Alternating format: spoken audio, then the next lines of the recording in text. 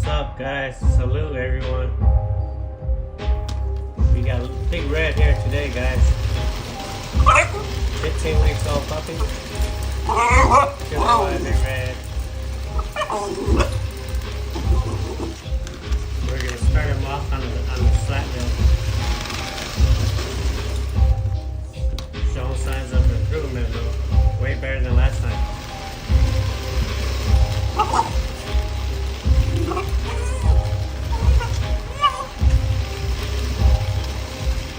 Boy, big red.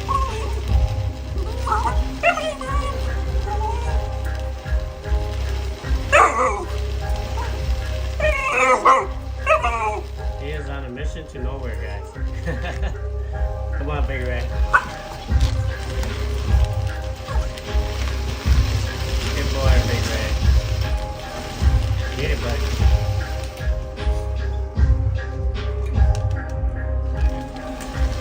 Looking better each time, guys.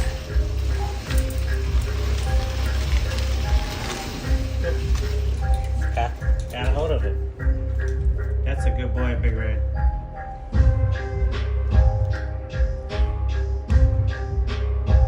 That's a good boy, big red. Yeah, now he's holding on to it tighter than last time. Good boy, big red. That's a good boy. That's a good boy, big red. That's a good boy. 15 weeks old, guys.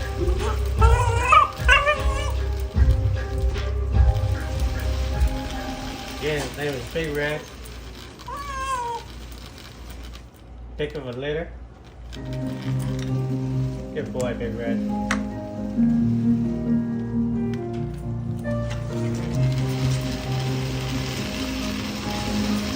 Once he gets bigger, heavy enough, he doesn't need to be baying anymore.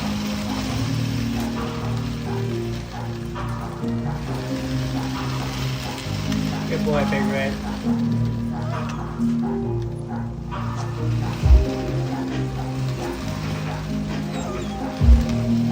Good boy, Big Red.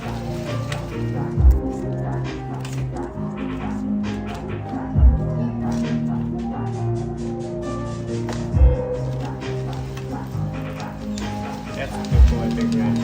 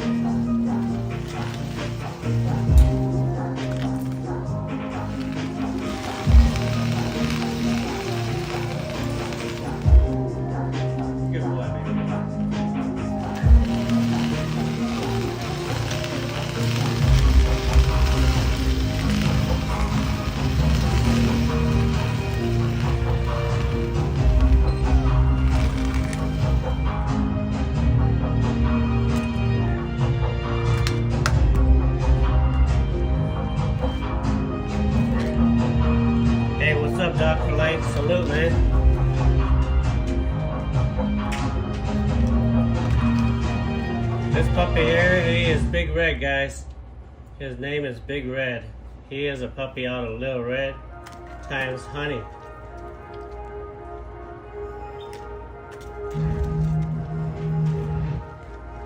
Let's go Big Red. 15 weeks old, guys.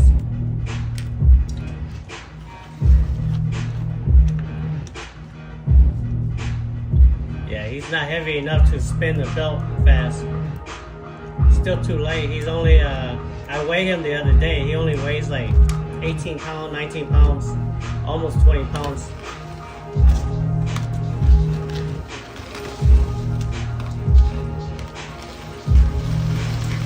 Let's go Big Red. Once he's done here, we're gonna put him on the portable spring pole that we got set up in here. We'll see if he works on a portable spring pole, guys. It'll be his first time working on a spring pole.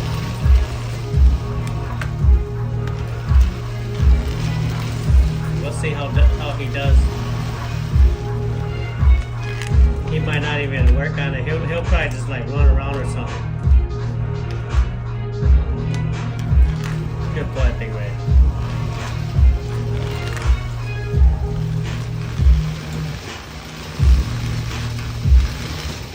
Good boy, Big Red.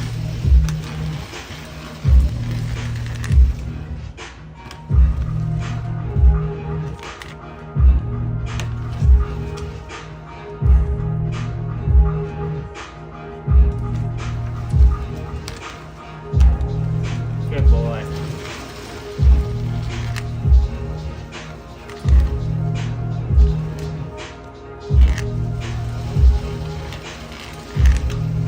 Good boy. Come on, Big Red.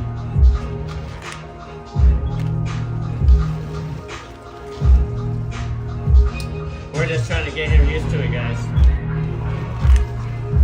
He's only 15 weeks old.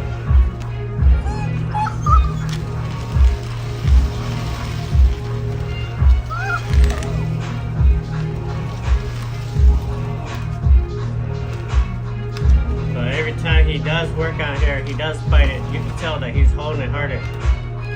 Like he's clamping down harder every time.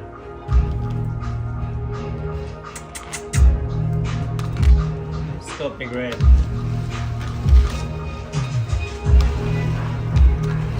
That's a good boy, Big Red. That's a good boy. Come on, Big Red.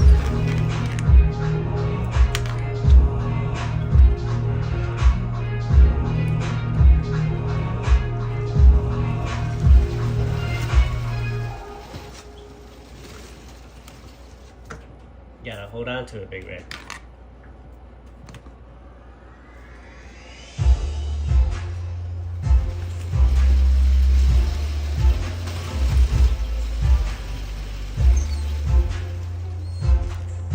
This puppy here, he got pretty nice teeth, guys. Doesn't look like he's gonna have underbite. Good boy.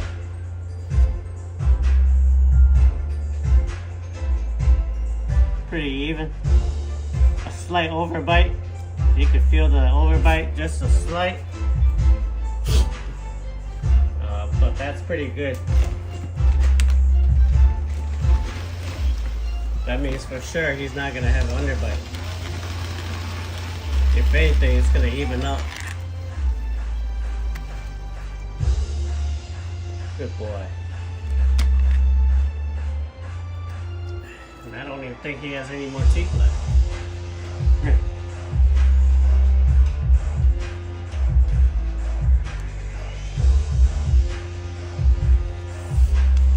Yeah, his small teeth in front are all wore down.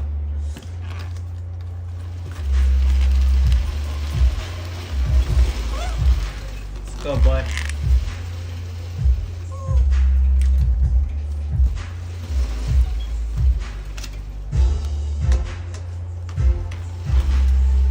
Good boy, Little Red.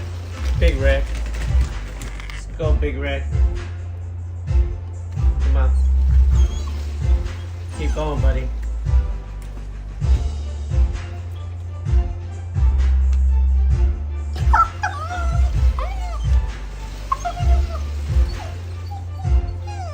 boy, Big Red.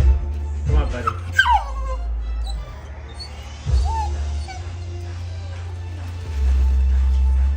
Okay, it's about 10 minutes. We're gonna take him out for a quick bathroom break, and then we'll bring him back in.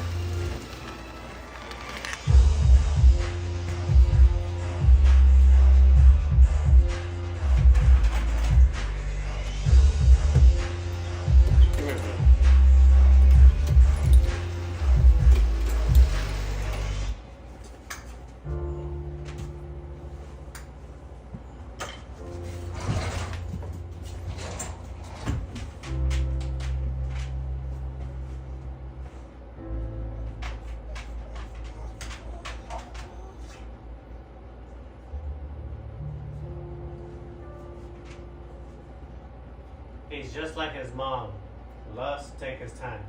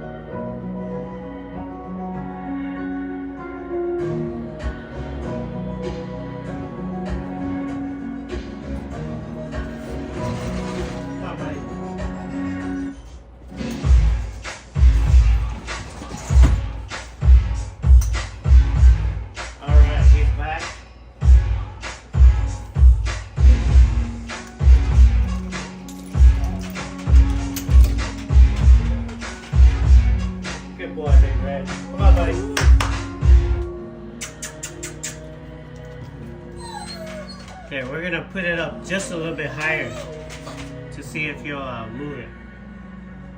We're all baiting right here.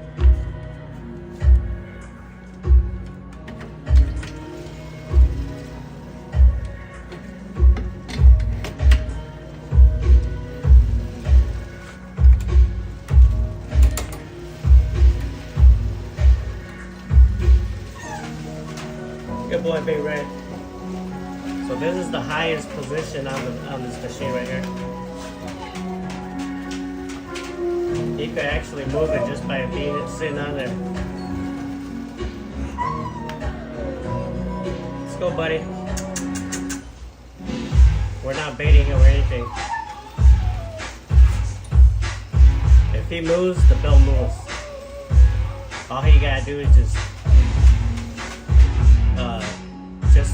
you know, you could just turn around or look up or something, move his feet, and the belt automatically moves.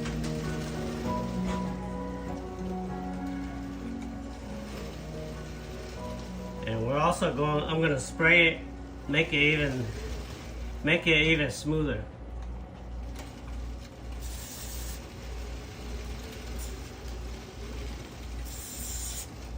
Okay. That's gonna help the belt move even faster.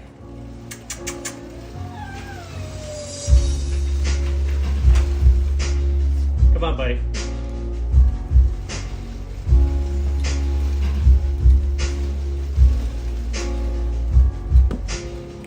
Let's go, buddy. Come on. Come on, Big Red. Let's go. Good boy. Good boy. Come on, buddy.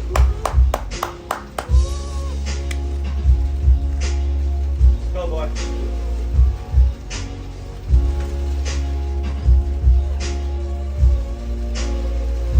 Go, Big Red. Some people say that their dogs don't like to work or anything. They can't get their dog to work. Well, some dogs are just born with all prey drive. You know, they gotta have prey drive. That's the the easiest way to get your dog to work is for your dogs to have a prey drive. Without prey drive, they can still work, but you have to teach them. It's called learn traits. So a dog with learned traits means that they don't like to work, and they're working because you're teaching them how to work only. So dogs that have to learn how to work, you have to teach them when they're really young, because if you don't teach them when they're young, when they get older, they will not work whatsoever. It's harder to teach them when they're older.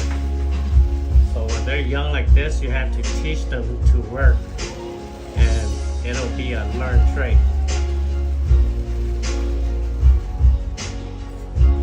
But as long as your dog have a prey drive, some kind of prey drive, it could be like a small prey drive or a big prey drive.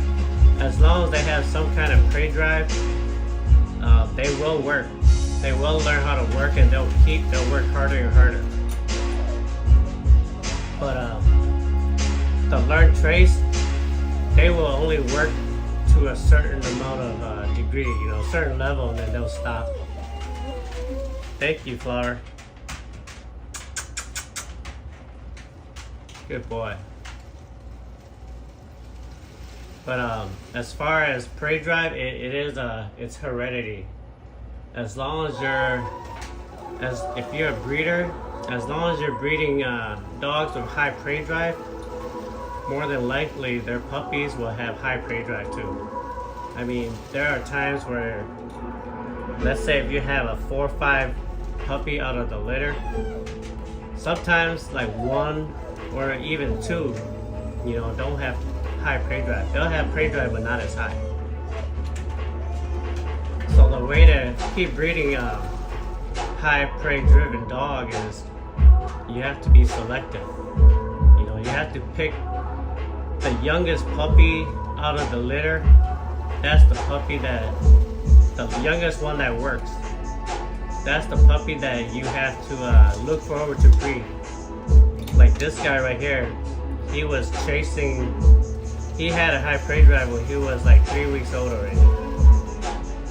So he was really young when he was, about 3-4 weeks. He had a high prey drive at that age already. That's the reason why he's my pick of the litter. I usually pick the one that's the youngest to work. Usually that one will always, when they get bigger, like 9-10 weeks old, usually the youngest one that started working will always have the highest prey drive. So you have to be selective and pick the youngest one that works, and you just keep doing that. Every litter you pick, let's say if you breed this guy, right? You're looking for the youngest one that works, just like him. So more than likely, the one that's gonna work is the one that looks like him also. Colors do matter, guys. Colors do matter. People say colors don't matter, but it does. Because a lot of the time, the one that you pick, the one that looks like the parents that you like, they usually inherit the same trait. From the looks all the way down to the working traits. Most of the time, it's like that. That's why if I like the mom works a lot and I like her a lot, then I'm looking for the one that looks like her.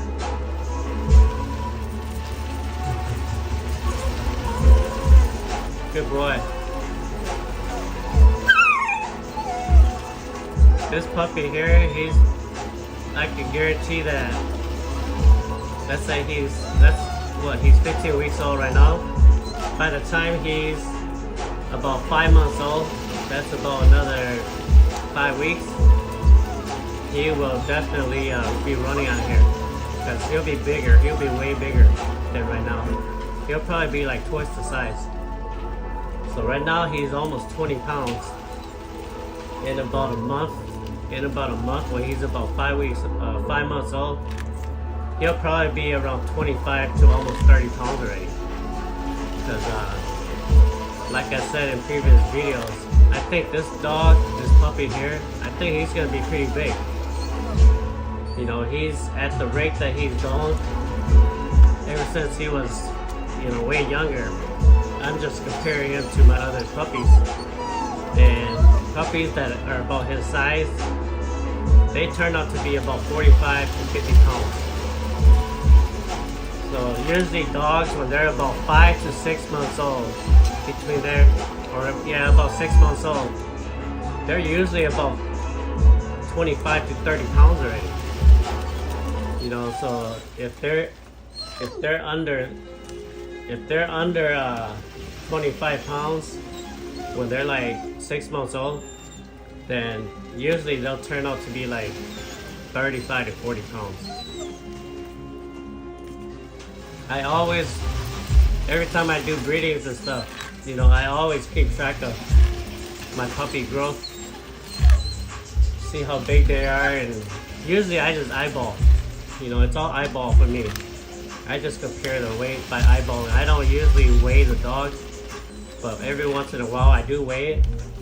But for me, I usually just eyeball my dogs.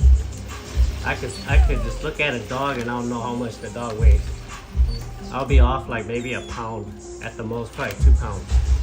But I'm pretty accurate when it comes to weighing dogs. And if you wanna like eyeball a dog and learn how much they weigh and stuff, all you have to do is just weigh your dog. Consistently weigh your dog, consistently weigh your puppies. And after 10, 15, 20 years, man, you'll get it right on the spot. And you always compare your dogs or puppies to other dogs or puppies in your yard or outside your yard. When you look at a dog and you say, yeah, that's a 35-pound dog, you know, and then you just compare it to other dogs you've seen.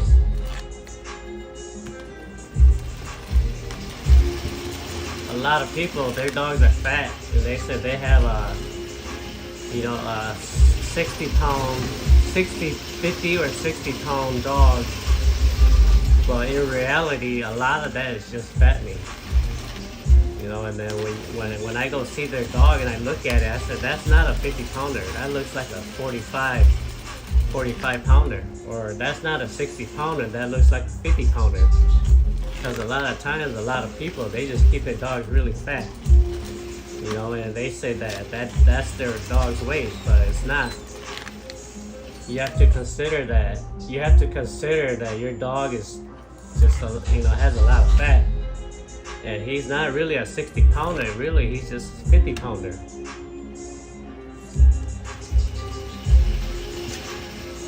So it really just depends on how you feed your dogs. My dogs, they are always usually about 4 to 5 pounds over their condition weight. That's how all my dogs are.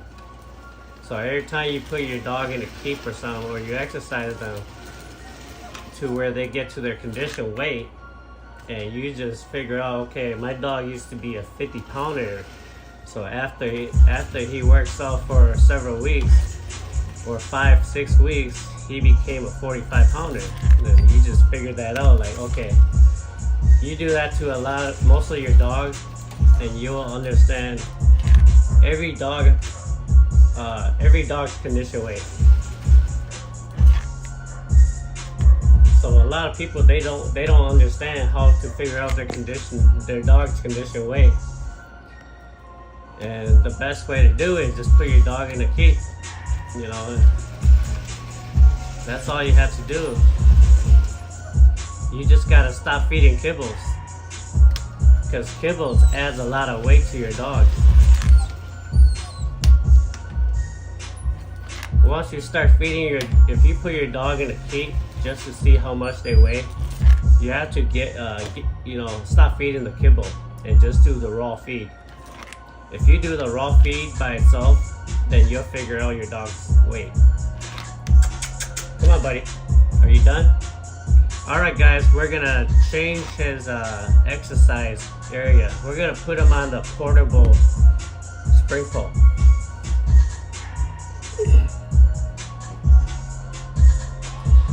Let me move this over here.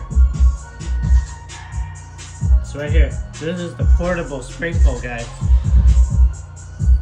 I created this portable spring pole inside my house because I wasn't gonna drill a hole in the ceiling and hang it from the ceiling. So what I used is I just went in the garage and I just looked at everything, and this is what I have in the garage right here. This ladder is called a Little Giant.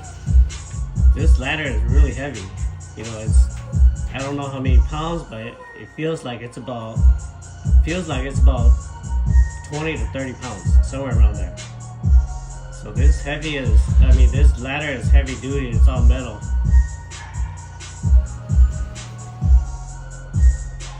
And then I just hang the cowhide on the spring pole and just put it on the rope, put on a leash, hang the leash on top.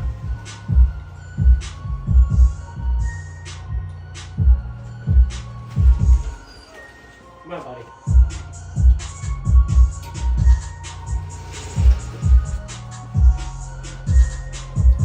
For the big dogs, though, you do have to stand on there. You have to stand on the ladder so that it doesn't tilt over. Like yesterday, I had Little Red on here. He's big. He's big, and he's gonna pull it, and the ladder is gonna fall on the side. So I didn't want the ladder to break my door over there. So what I did is I just stand on the ladder. I just held the ladder. But this guy right here, he's too small, so he's not gonna tilt it. Good boy, Big Red. He's not gonna be able to hold the ladder one way or the other. That's a good boy, Big Red. Yeah, see, he's working. We'll see how long he works for. We're just gonna start off really low because we don't want him to get bored because it's too high. So we'll keep it kind of low.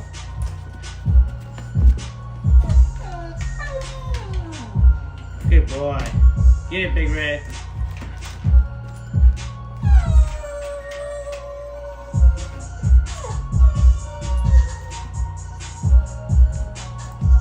Good boy. We're just trying to get him used to the spring pole, guys.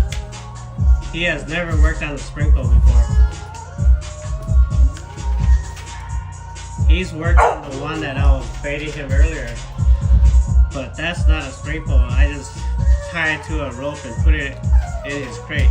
That's not a spring pole, but this is actually outside of his crate where he's actually working on the spring pole.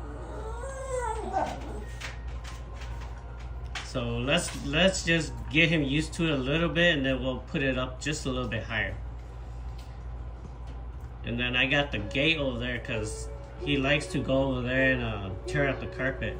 So that the gate there is just to prevent him from tearing up the carpet and concentrate on the cowhide instead. All right.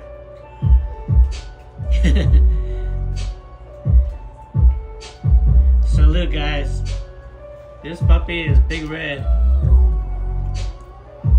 We're teaching him how to do some work. These are exercises that he's gonna need when he gets older. These type of exercises are to prevent your dog from stressing out, guys. When they get older, let's say when they get about 5, 6 months old, 7 months old, that's when they're really naughty, guys. That's the beginning of the naughtiness for puppies. That's when they want to bite everything. They want to tear up everything. So when that happens, when they get to that age, you want to give them some kind of work so that it'll relieve their stress and it'll wear them down so that they could just rest throughout the day and not be naughty.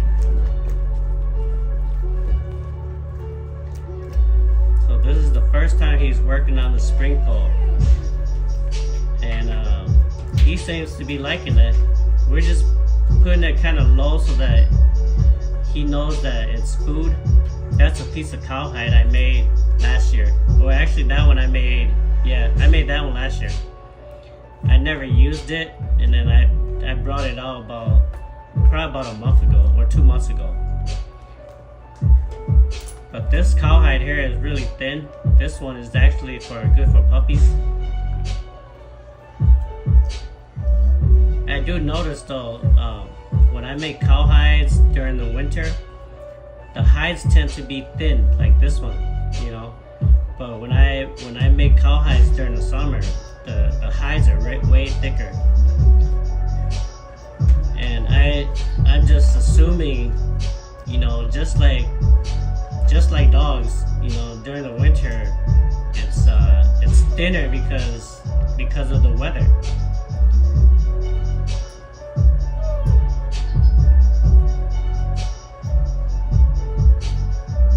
But that's what I noticed. So this year, I'm gonna make some more cowhide, guys. Last year, I was gonna make some buffalo hides, so I didn't make any. I was waiting for buffalo hides, and every time my friend, I asked him to give me some buffalo hides, because he has some buffalo, and you know, and he usually slaughter it to his family or whatever. But he said that every time they come and slaughter buffalo, they always keep everything. Yeah, they always keep buffalo hides. Like the people that slaughter the buffalo, they always keep the hide, because it's not like cowhide, you know. It's a different type of hide, and they actually eat it. But for sure, cowhides, people don't keep cowhides. They just throw it away. So there's an abundance of cowhides. But buffalo hides, I tried it all year last year, and I could get. He said they would not give it up.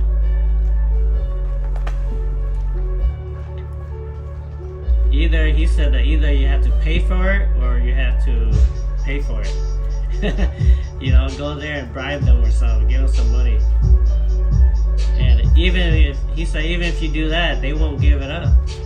They will not sell their their buffalo hides.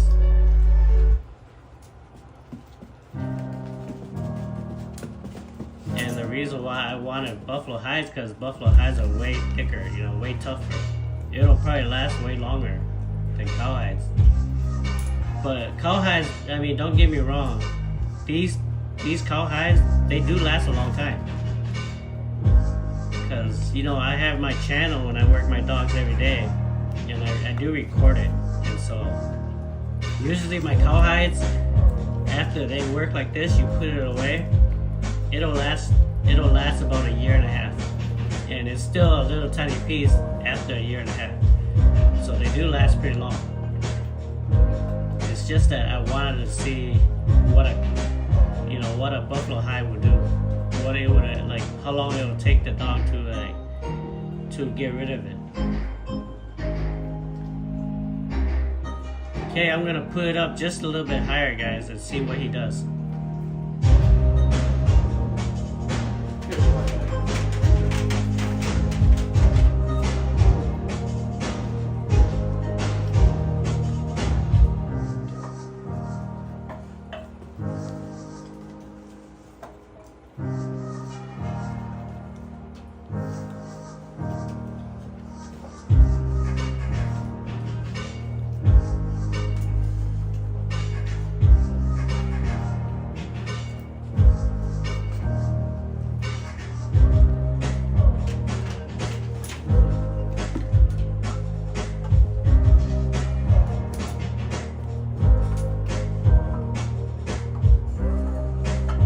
Get it, bud.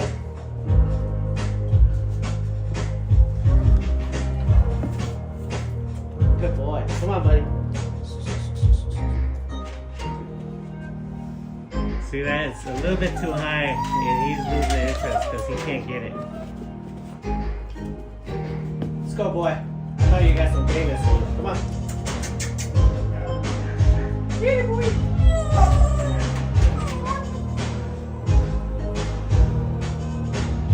Get it, buddy.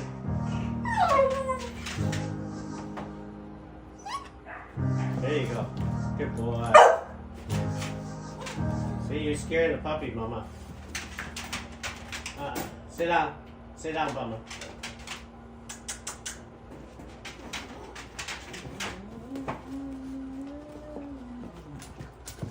That's a good boy.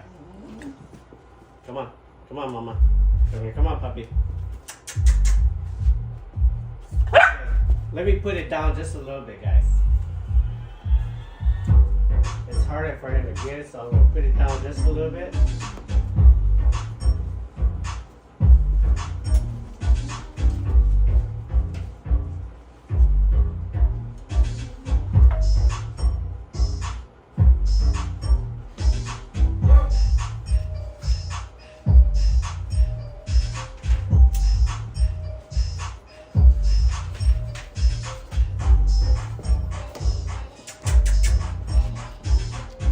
Come on, buddy.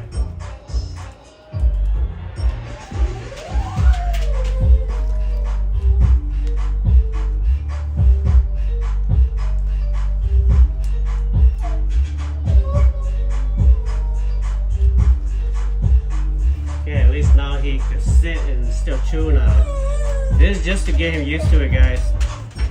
He doesn't have to prove anything.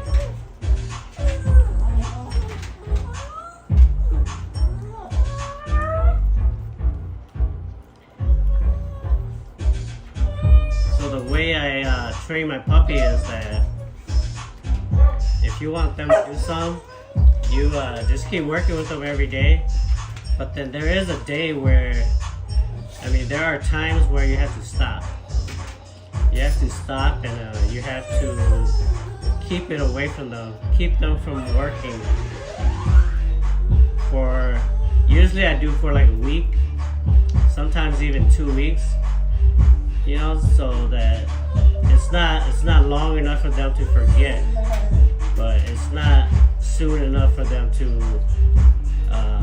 like expect it every day. So usually I keep them, once they start learning like this, I'll start like, let's say in 2 weeks, I'll keep it away from him for about 2 weeks or 1 week. It depends on how he acts, really. That way, the next time he comes back and do it, he'll have a higher prey drive. He'll want to do it more.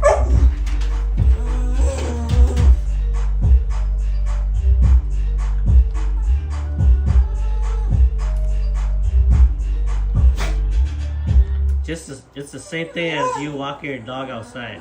When you're training your dog to walk outside, what I usually do is I'll walk them right before winter. Get them used to walking outside before winter, and then winter comes, there's no walking, so from like November, December, January, February, or even March, 4 or 5 months, they'll be stuck inside the house and they can't go outside at all. Up here in the north, man, in winter time, it's pretty much you won't take your dog outside. It's just way too cold and there's too much snow anyways. So the puppies will miss being outside. And during the springtime when you take them out, they learn fast because they miss walking.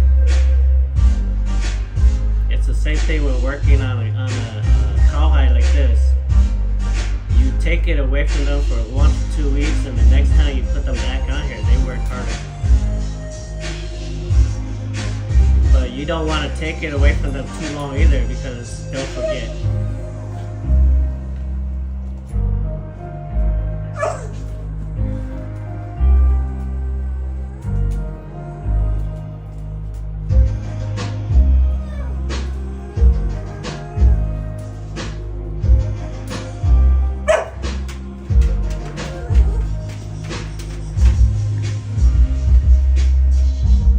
Good boy, Big Red.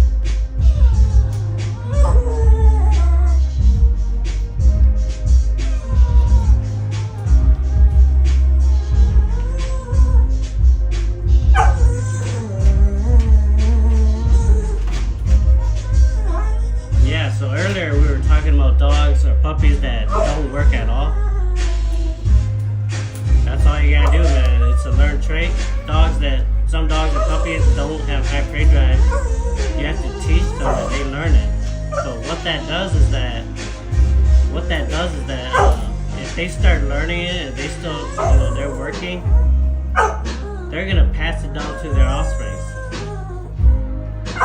Thanks, we move. Yeah, they're gonna pass those traits to the offspring. Now the offspring inherited that trait of the parents from working from that learned trait, and it turns into a high prey drive. That's what it does, because you could teach a dog anything. You teach a dog how to shake hands and whatever, and you keep breeding that dog, the offspring is gonna know how to shake your hand because they learned it. A learned trait will turn into an inherited trait.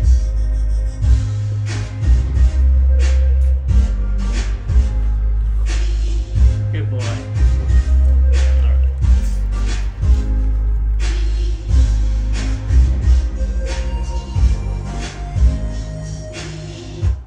Alright, let's get some. We're gonna feed the dog, guys. What we have here is cheese and rice. There's no water in there, but the rice itself has a lot of water already. And we're just gonna give him a kibble right on top. So he's getting bigger, guys. He's getting bigger, and he needs more kibble. We're giving him 2 cups of kibble.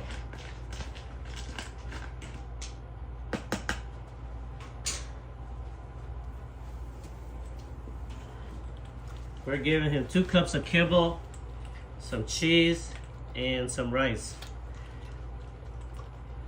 We're gonna start.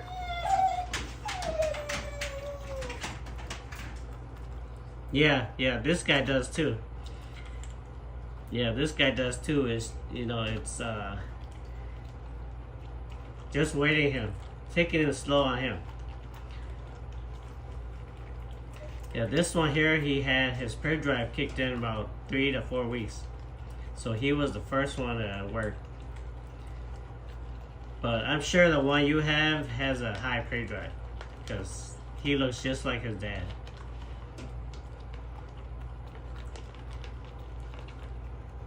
So about another week or so, we're gonna start giving puppies raw chicken, guys.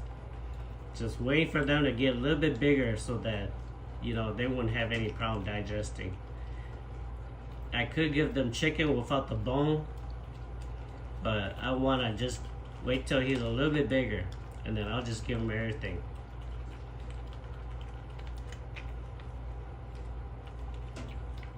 And when you feed, that's called half and half. You do half raw, half kibble. When you start feeding them half and half like that, then you could hold back on the kibble itself. You could, instead of 2 cups, you could give them 1 cup of kibble only.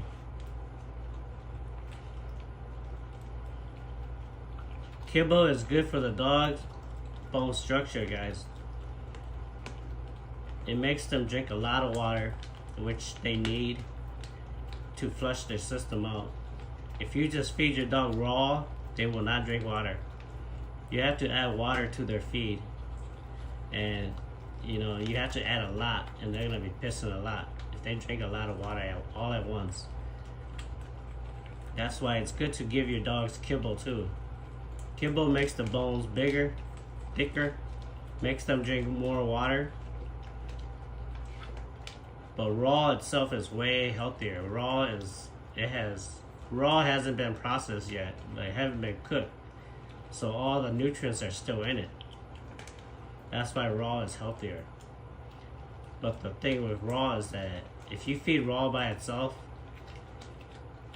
they'll be thin bone. They'll be thin bone, just like those wild African dogs. They all have thin bone because all they do is eat raw. And they learn how to work. They learn how to chase their prey at a very young age. You know, they start running with the pack like at 4 or 5 months old already, running for miles and miles. And when they eat raw and they run and they work real young like that, they become thin bone. And that's another reason why you don't want to overwork your puppies. You overwork your puppies, they're gonna have thin bone. If you feed raw to your pregnant bitch throughout her pregnancy, and you continue to feed raw when the puppies are born, those puppies will have thin bone. They'll have weak bones. That's why when your bitch is pregnant, don't feed any raw at all. Cut the raw out, just feed kibble. That'll make the puppies stronger, develop stronger, and they'll have stronger bones. And another thing, man, as far as the bone goes,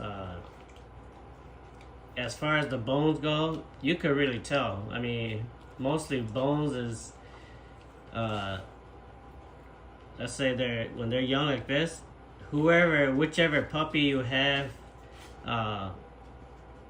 you know, the bone starts to like, their leg starts to like bend a little.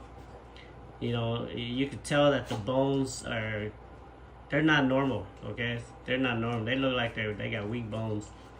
When that happens, usually it's because the puppy inherited from the mom or the dad. Good boy. All right, let's give him some water.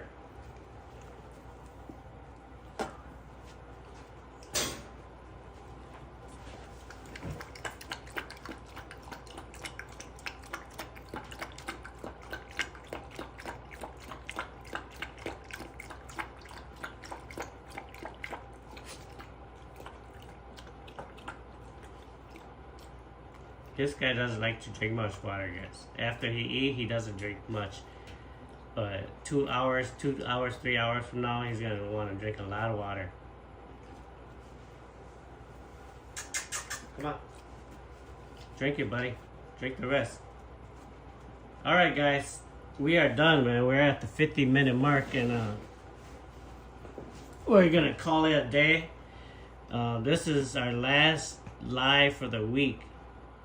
So we will not come back on live until next Monday. And looks like the weather is going to start changing. It's going to get warm. By next week, I'm thinking all the snow is going to be gone. So when the snows are gone like that and it's nice out, we're going to be outside. Next weekend, though, it's supposed to go back down just a little bit to the 30s, 20s and 30s. But this coming up week, it's gonna be in the 30s to 40s, so we'll probably be outside or something, and we're gonna take the puppies out. We're gonna take the puppies out and see if they want to walk outside. You know, a lot of dogs, especially pit bulls, real pit bulls. A lot of dogs are shy. A lot of pit bulls are shy. You know, pit bulls are probably the most shy dogs. The most breed of dogs that are the shyest out of all breeds, just because the way pit bulls are bred. You know, pit bulls, we don't cross them out. Usually we don't cross them out. And every real pit bull are related anyways. You know, every one of them are related. If your pit bull doesn't have the same bloodline as all the other pit bulls, you don't have a pit bull.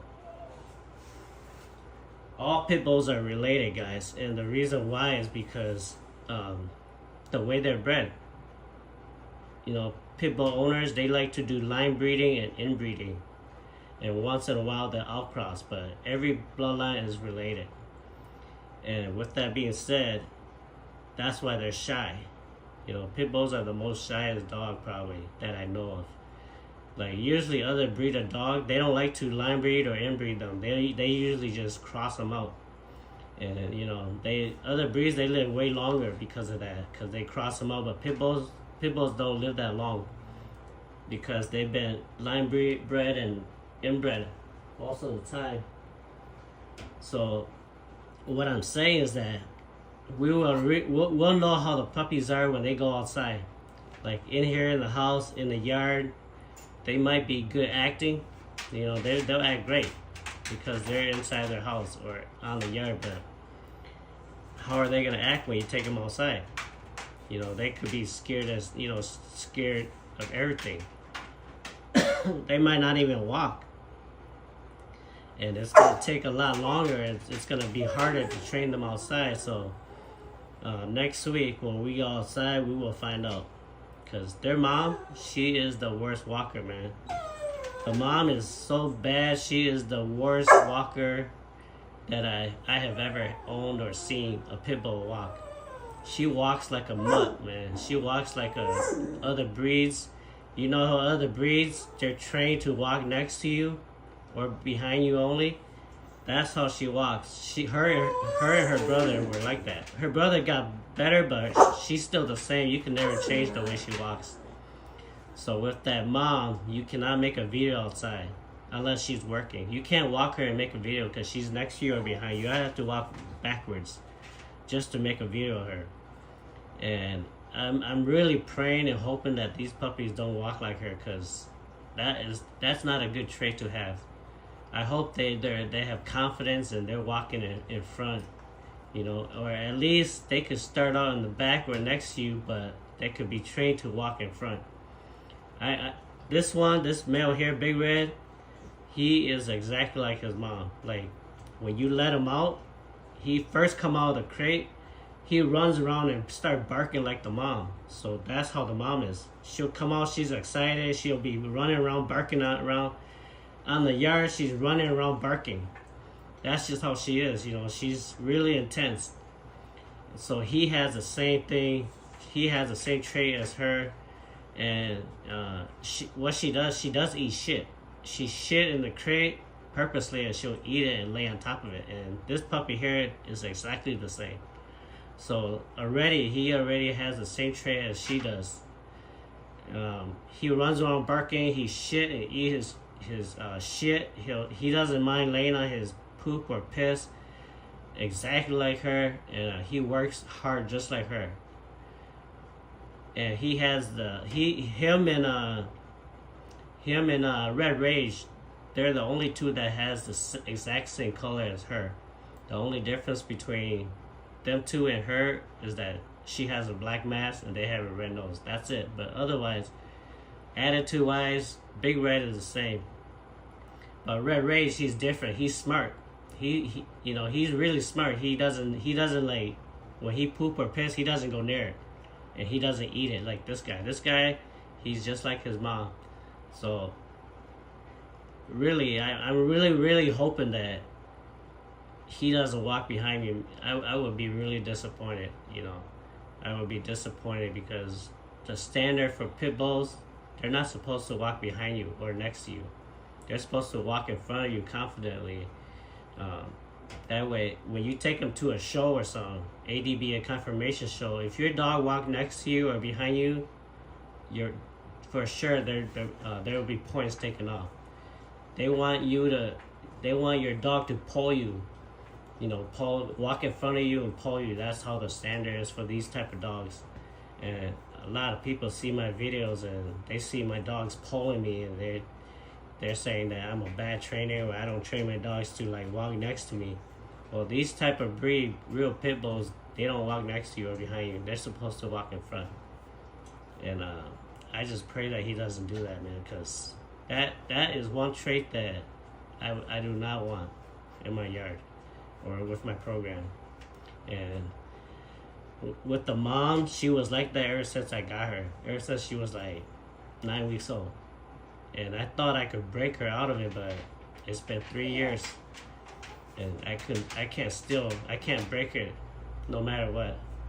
The only time that she'll walk in front is, let's say, springtime comes around and she hasn't been outside for like 4 or 5 months. Then she'll get excited and she'll walk in front and, you know, walking all cocky and stuff. But 15, 20 minutes later, she's right back to how she was. And the next day, she's back to normal. So we'll see, guys. We'll see next week, man. It'll be the first time these puppies get a chance to walk outside. I'll probably just drive to the park Because puppies, it's hard. You don't want to walk them to the park or walk them anywhere because they'll probably just freeze.